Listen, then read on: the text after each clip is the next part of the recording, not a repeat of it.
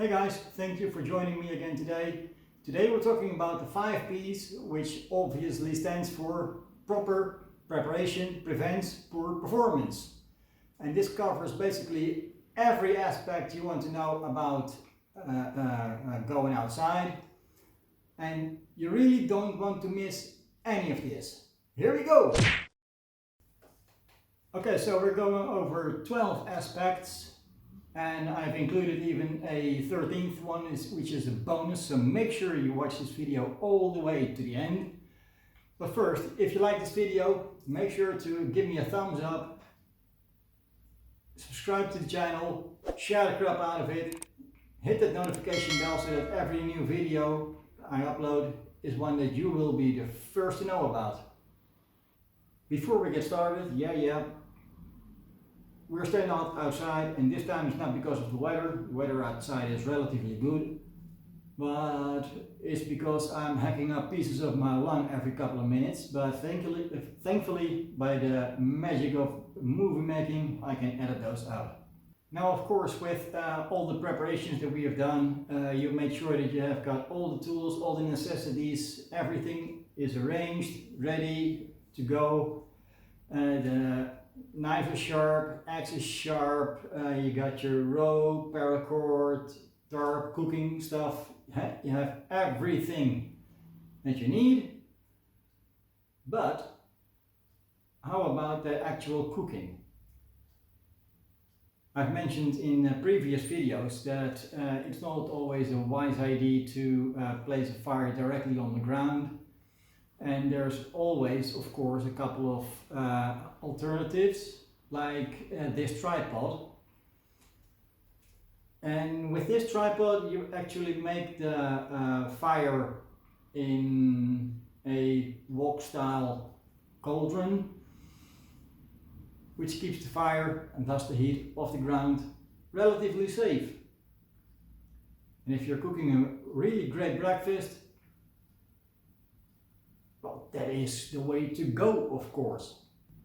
Well, you can't, of course, make a fire without a proper fire kit, so make sure you have that ready as well.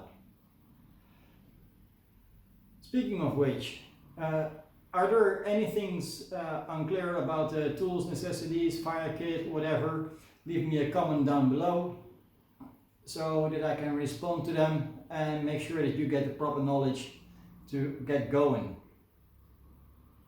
Now, of course, you're going to have some clothes, especially on a multi-day hike or vacation trip, whatever you're about to do. And clothes are very important, really. Now, obviously they're there to cover you up, to keep you warm, but depending on the climate and area and season, you want to have multiple layers. This is because there's always going to be some air trapped in between the layers, and the more layers you have, the more air gets trapped, which keep you warmer, of course. Now, less layers, less air, and you cool down a little bit, and that way you can regulate your own body temperature, which prevents you from sweating too much, which is obviously a good idea in hotter climates, because you'll have to replace all the sweat with water or other drinks.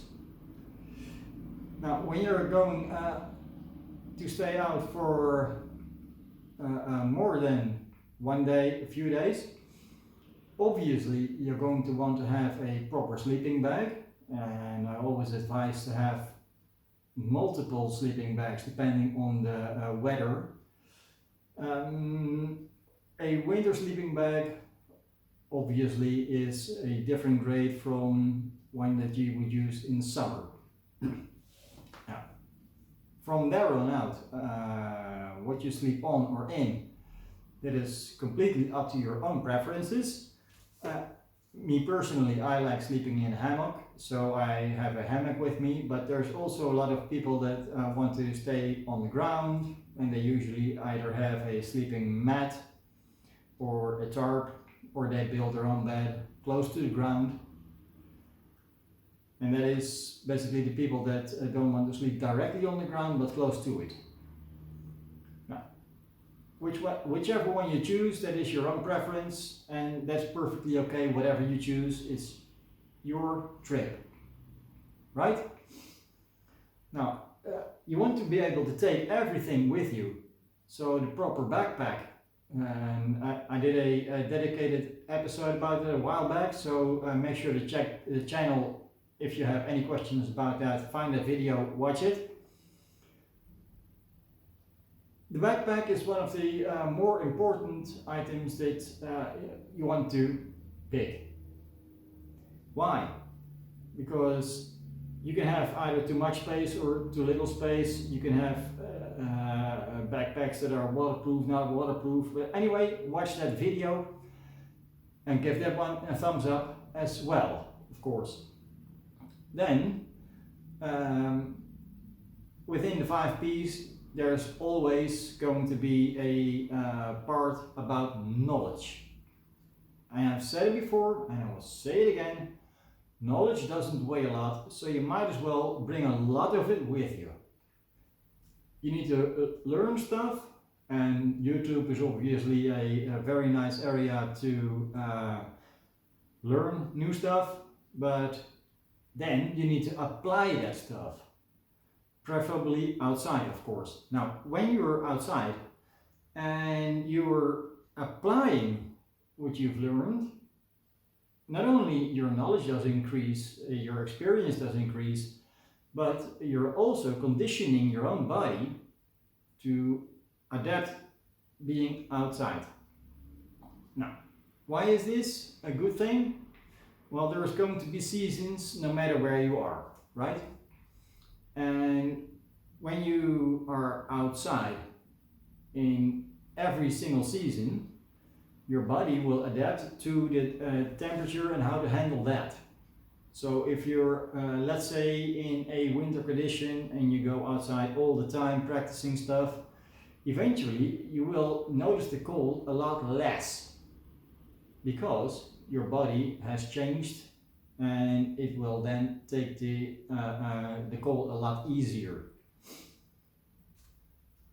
So that is why I say that you need to learn and apply, because it is not magic what is going on. And eventually, when you stay out long enough, your intelligence and your knowledge, they will be tested at one point, sooner or later. So the more you know, the less likely you are to run into trouble, right? That's pretty easy, of course.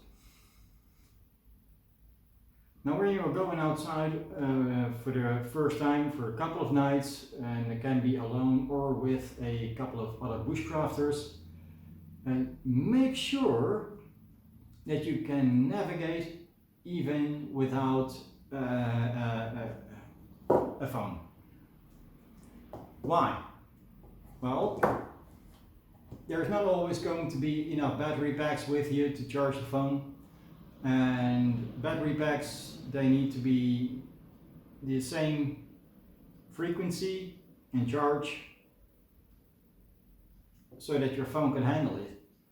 If the battery pack has a capacity that is too low, it won't charge your phone, and when it is too high, one of them might blow up, and that's not what you want, of course.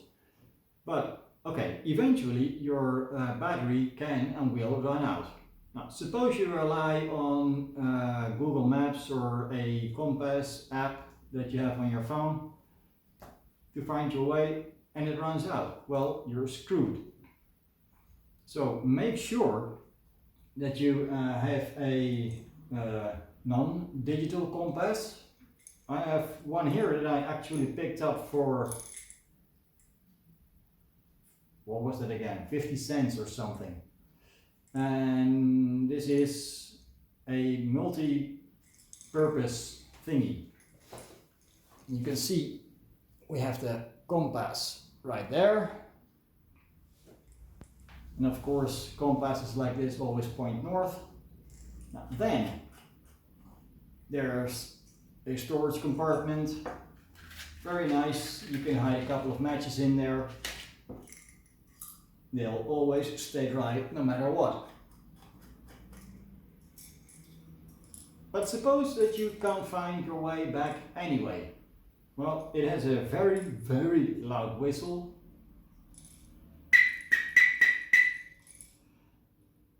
Which with you can get the attention of everybody in the area. The emergency signal that you need to learn, which is a universal signal by the way, is 3 long whistles in a row. That means that you are in trouble, need help, and everybody that knows it will come flying to your rescue. So that is that bit. By the way, I mentioned battery packs earlier with the charging frequency. Same goes, by the way, for solar chargers. So if you bring one of those, make sure that it matches your device. Now, suppose that everything has failed. Nobody responds to the whistle, the battery is dead. The compass, well, you managed to lose it somehow. So what do you do next? Here's what. Learn how to navigate, basically, or at least the basics, by the sun and the stars. Because when you are able to navigate in basic wind directions by following the stars or the sun, you'll always end up somewhere in the right direction. Next item, number 7, preparing the rations. Well, of course, when you're out on a hike, you want to have something to eat sooner or later. And if you're going on a multi-day hike, well, you're going to want that a couple of times. Now, what I do when I go on a week-long hike, I take rations for about 3 days at max. And that depends a little bit on the area where I'm going. If I know it's going to be pretty tough to find food immediately, because it's a new area or there's a lot of drought, I take a couple of days worth of rations with me. Anything over 3 days will be too heavy. And the couple of extra days that you have with the rations will make sure that you have enough calories, enough energy, so you can set up a basic camp and just explore the area and find the things that you need. Grant yourself that time. And by granting yourself that time, you make sure that you stay nourished, and the trip outdoor doesn't become a starvation game. Bringing water with you, that's also a different item, because water is actually very heavy. In metric, 1 liter of water is 1 kilo.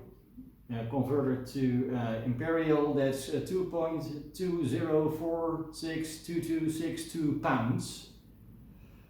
So if you have let's say you have a warm season, you're going to need at least 2 liters of water a day.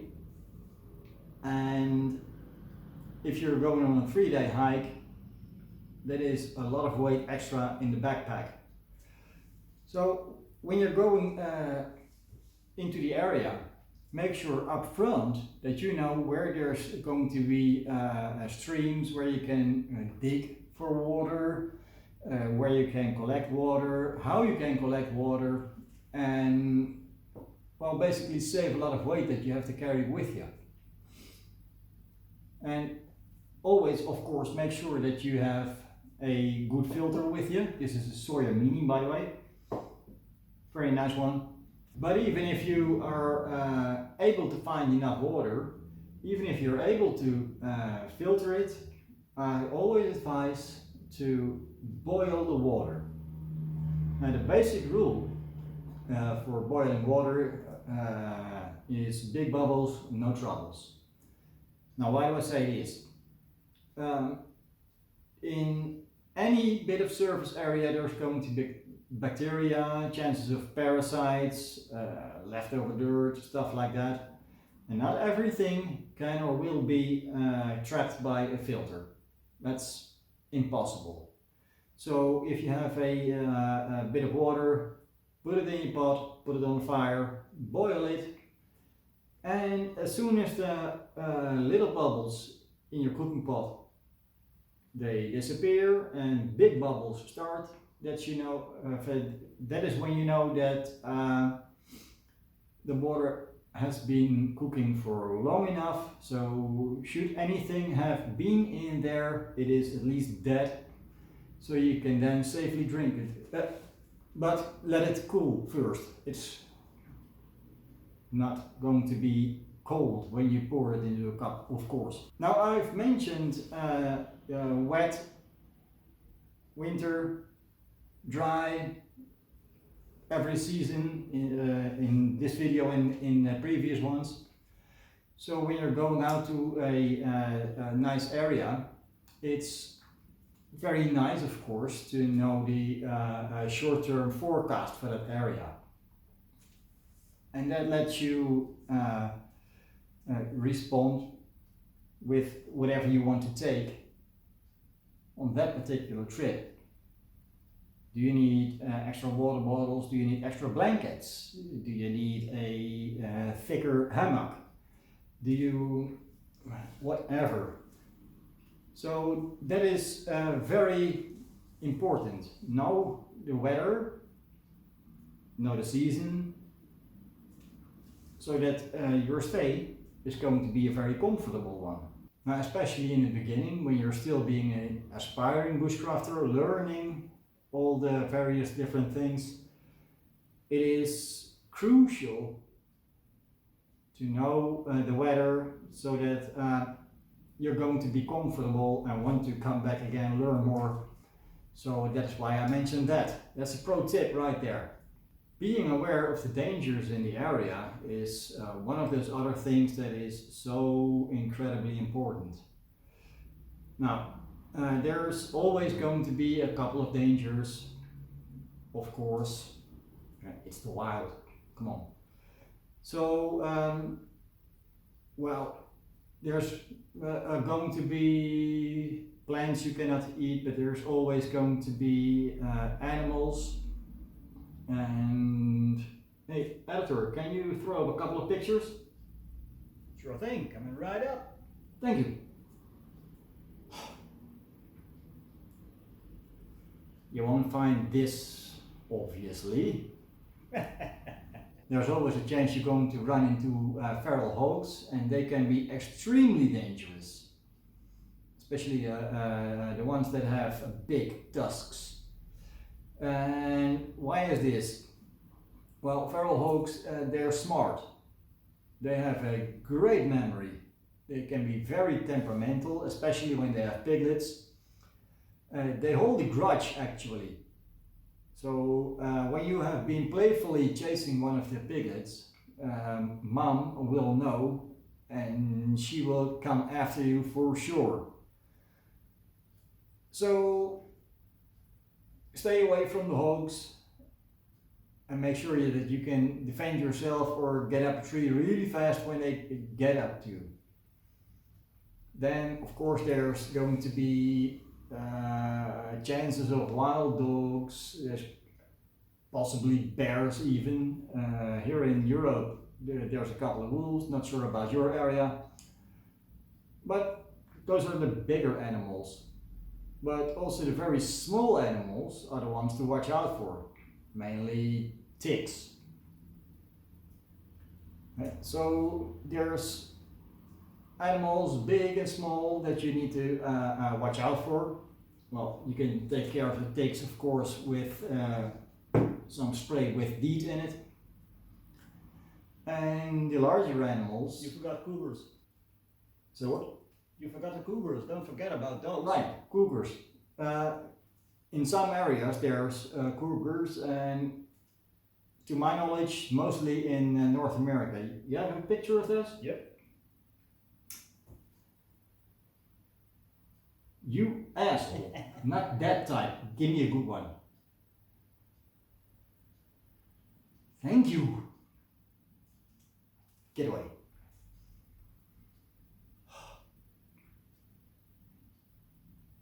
So that's the dangers with animals. Then, as mentioned earlier, there can be poisonous plants, there can be mushrooms you can eat or cannot eat. So here we go with farming then. If you have an app which helps you identify various types of plants and mushrooms, don't really rely on those. And that is because very often they get false positives, so it tells you it is actually edible, but in fact you cannot. Now the best way to tackle this is to find somebody in your area who can act as a sort of mentor.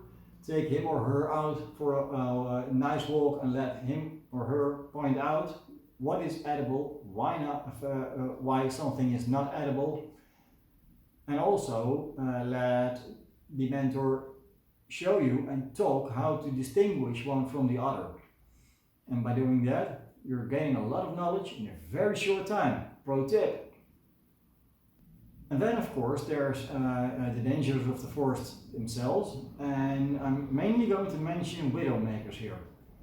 Now, widowmakers are pieces of debris up in the tree which can suddenly fall down with a gust of wind, and if you're camping beneath them, they can strike you in the head and kill you instantly.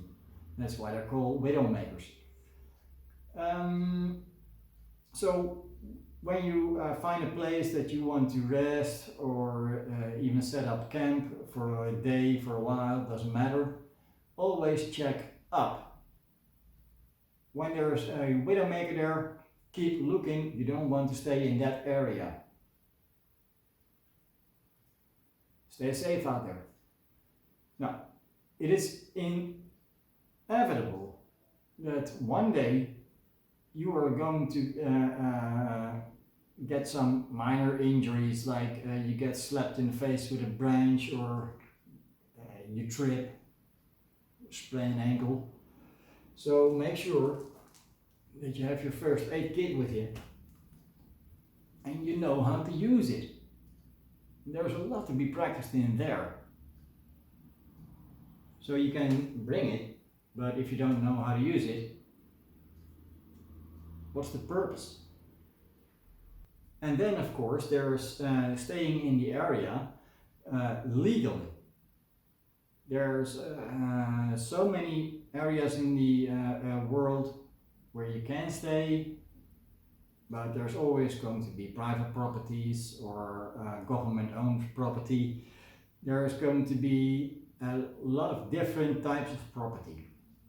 Now, if you are planning just a hike with one overnighter, usually there's not going to be a lot of trouble. But of course, there's going to be times where you want to make a fire, get caught by the cops, get a fine, and shit out of the area. So if you know the permissions of the area where you're planning to stay, you know if you can hunt, fish, trap, stuff like that, make a fire.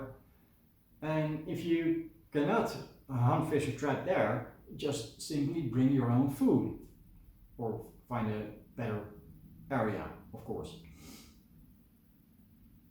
Now, if you have the proper permissions and they know you're there, you can make a fire, you can stay there. It is going to help you relax a lot more, enjoy the area a lot better, because nobody is going to get you into trouble, find you, or send you out of here. Now, for some people, finding an area like that is pretty much impossible, so they do the next best thing, and that's resort to stealth camping, also known as camping wild, which basically means you get your backpack on, head out into the woods, and do your own thing without anybody knowing. Yeah, enough with the music. I don't want to have copyright shit going on. Get out. But when you're doing that, always make sure that you leave no trace. Very important. Now, number 12 already. When you're going out alone or with other aspiring bushcrafters, make sure you let at least 1 or 2 people know where you're going to be, how long you're going to be there, what you will be doing, because should you run into trouble, have an accident, anything can happen, they know in which area basically to search or along which route. And that is a whole lot easier than searching somewhere on the planet, right? Now, alternatively, there are satellite emergency notification devices. I've mentioned a yellow brick before. There's also spots and other similar devices. What they basically do, when something happens and you need help to get back out, let's say you broke a leg, fell off a cliff, I don't know. You take it out, press a button, shoots a GPS signal up in the air, and every emergency station in the area will immediately know that you are in trouble in their area and they will come. Now, okay, those things are extremely expensive, especially in the beginning. So here's another pro tip for you. You can rent them. Now, and when you have got everything in order, you're well prepared, you have a great time out there, and of course there's going to be the next morning. Say that you're going home the next morning, in this example of course, and you had a wonderful time, wonderful day, bone around, clean up after yourself.